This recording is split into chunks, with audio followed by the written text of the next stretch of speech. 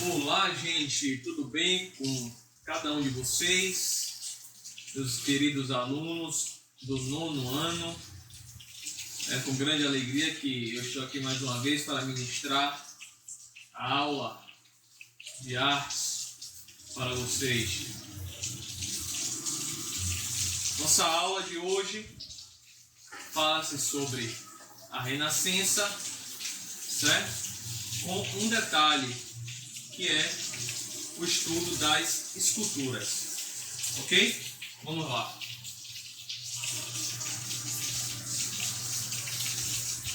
Gente, os antigos gregos tinham grandes conhecimentos de pintura e de escultura, que foram os primeiros a introduzir o nu na arte. Então eles tinham essa preocupação de mostrar o belo do ser humano, certo? Nas artes. Existia também aquela parte da Grécia que era dos guerreiros, homens que tinham o corpo, mais delineado, com a musculatura mais exercitada, mais à vista, um corpo, com padrão de beleza estética, que era isso que eles mais procuravam obter em todos os sentidos, A evolução do corpo do ser humano.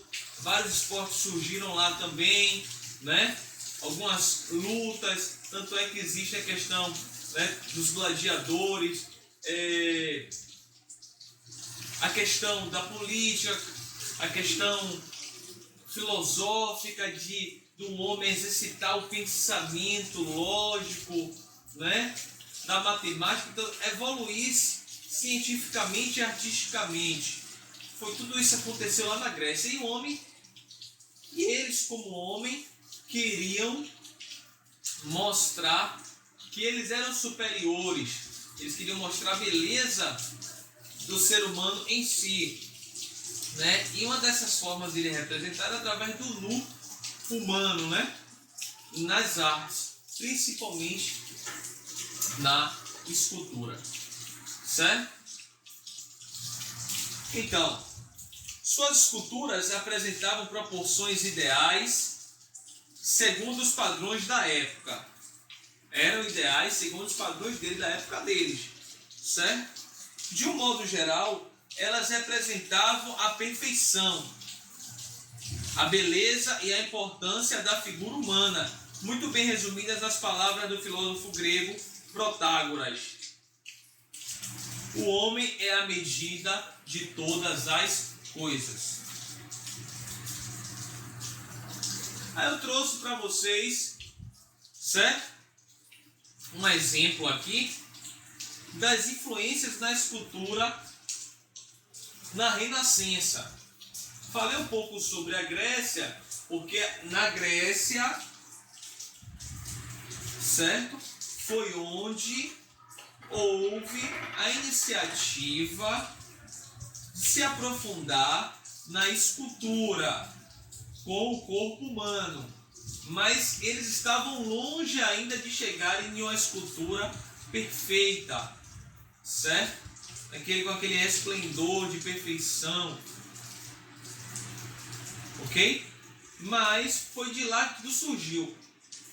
E os artistas do Renascimento se basearam, logicamente, nos estudos, os primeiros estudos dos gregos, que houve evolução com Roma, que também imitava a arte grega, mas fazia alguns melhoramentos, e aí a arte foi se evoluindo até chegar no Renascimento, que foi o ápice da evolução das artes, principalmente da escultura, certo? Então aqui você tem, vou falar agora um pouco sobre a escultura egípcia.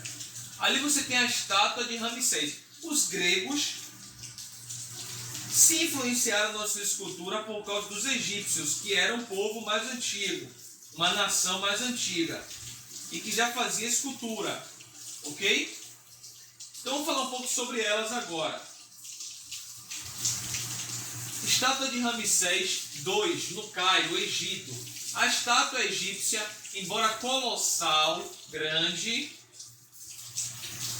e imóvel, ou seja, você não sente que ela tem nenhum tipo de movimento, porque eles ainda não tinham essa técnica, essa facilidade de fazer isso com material para se fazer uma escultura, com determinado tipo de material, certo? Apresentava-se um elegante equilíbrio e combina planos visuais, certo? Com a postura rígida e sem movimento. Esse foi o tipo de escultura romana, perdoe-me, egípcia, certo? Aqui você já tem uma escultura diferenciada. Você já pode perceber que essa escultura aqui se diferencia bastante, né, de uma escultura antiga egípcia, no Antigo Mundo. Perceba a diferença, a questão da musculatura, do movimento, dos detalhes, não é isso? Para a escultura egípcia, certo? Então aqui é o discóbulo do escultor grego Miron, produzido em 450 a.C., aproximadamente. Essa é uma cópia romana, não é original. Aqui essa escultura já não é nem grega, ela é romana. Primeiro veio como referência, certo, da história da arte, para se estudar as esculturas. Primeiro fala-se da escultura egípcia, depois pula-se para a escultura em ordem cronológica grega. Depois das fases da escultura grega, pula-se para a escultura romana, certo? E essa aqui é uma cópia, não é o original, do artista grego Miron, o escultor, produzido em 4500 a.C. aproximadamente. Uma cópia romana que representa um atleta momentos antes de lançar um disco. Os atletas modernos ainda adotam a mesma posição da escultura grega, tá vendo aí? Esse esporte é um esporte olímpico e surgiu na Grécia. Para você ver a importância, né, desse país, dessa cultura, em vários âmbitos culturais que atingiram, né, vários países do Antigo Mundo e até hoje ainda existem, por causa da influência dos gregos. Só que aqui, certo? Um escultor Miron, cuja essa cópia ela é romana, ela não foi feita na Grécia, é uma cópia romana, como eu já falei anteriormente, né? Porque transmite um extraordinário efeito de movimento, ok? Você percebe o movimento, parece até uma pessoa.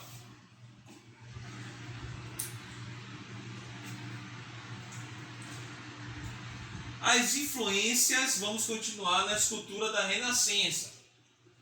A arte grega influenciou e foi copiada pelos antigos romanos, que aos poucos desenvolveram o seu próprio estilo. Eu tinha falado sobre isso. Os bustos de imperadores e de políticos, bem como painéis narrativos, contam histórias de suas conquistas. Entretanto, a arte grega não influenciou apenas os romanos, marcou presença também na Renascença, quando muitas obras da Grécia Antiga foram encontradas. Ok?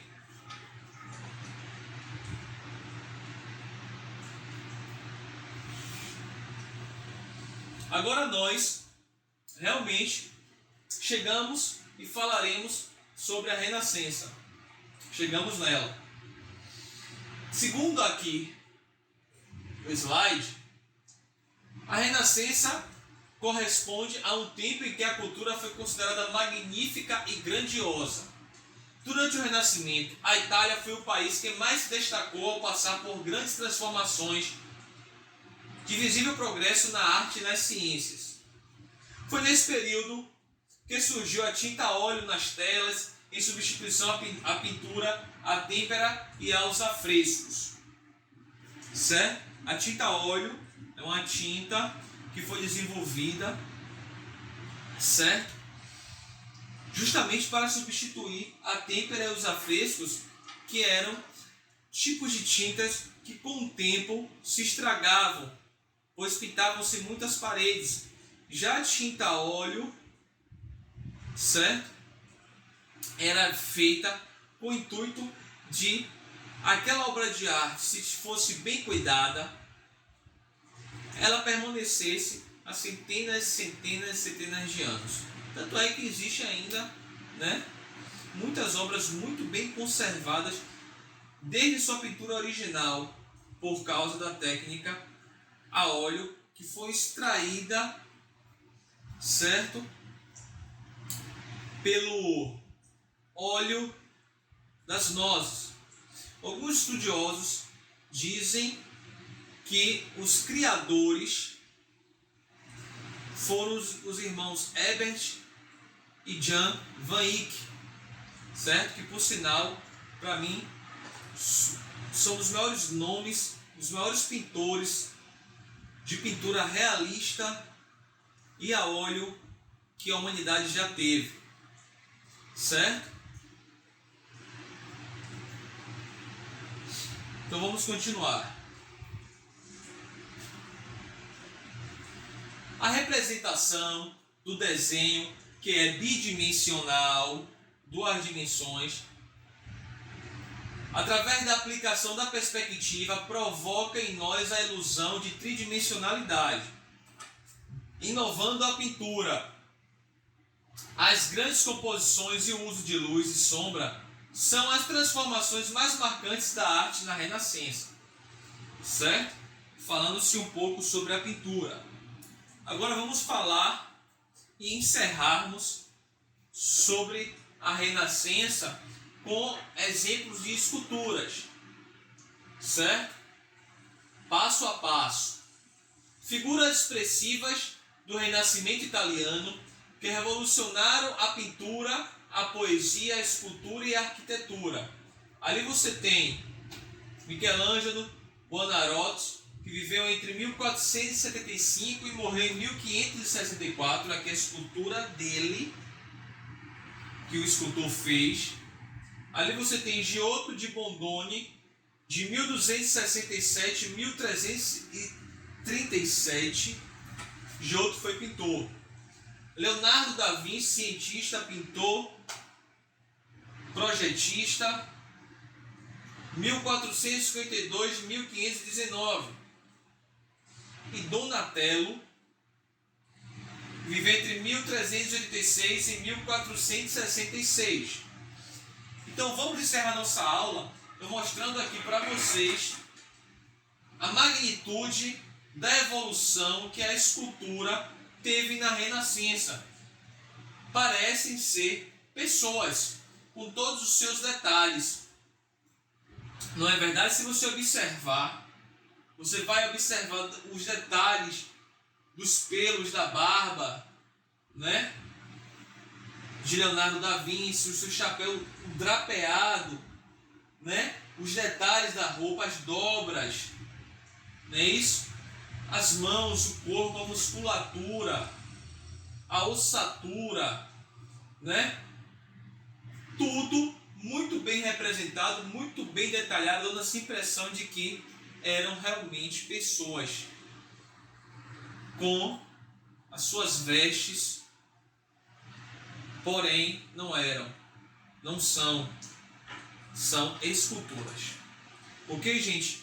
Então ficamos por aqui. Espero que vocês tenham gostado desta aula e nos vemos na próxima semana.